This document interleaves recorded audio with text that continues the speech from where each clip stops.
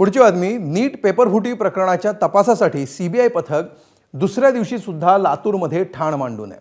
शासकीय विश्रामगृहामध्ये तात्पुरतं कार्यालय उभारून पथकानं तपासाची सूत्र हाती घेतली आहेत।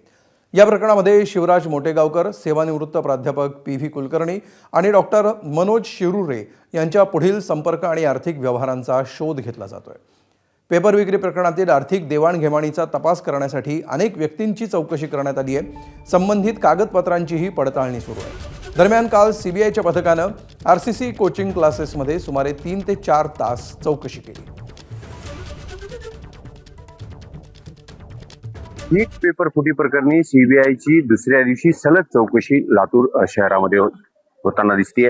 कारण काल सीबीआयचं पथक लातूरमध्ये दाखल झालं आणि जवळपास 3 ते 4 तास सीबीआयच्या पथकानं आरसीसी कोचिंग क्लासेसमध्ये माहिती संकलित केली, काही तपासण्या केलेल्या आहेत, ज्याद्वारे त्यांना या प्रकरणातील आर्थिक व्यवहारासंदर्भातली माहिती मिळेल।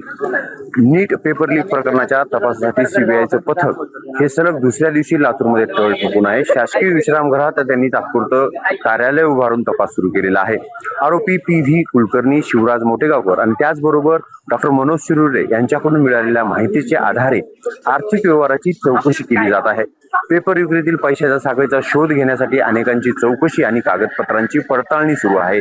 त्याचप्रमाणे एक नवीन अपडेट यामध्ये दिसते। केमिस्ट्री विषयाच्या एका नव्या प्राध्यापकाचा शोध सीबीआय घेत असल्याची माहिती समोर आली आहे। त्यामागचे कारण अद्याप अस्पष्ट आहे, मात्र ते प्राध्यापक नेमका कोण, त्याचा सीबीआय शोध घेत आहे हे अद्याप उघड झालेलं नाही।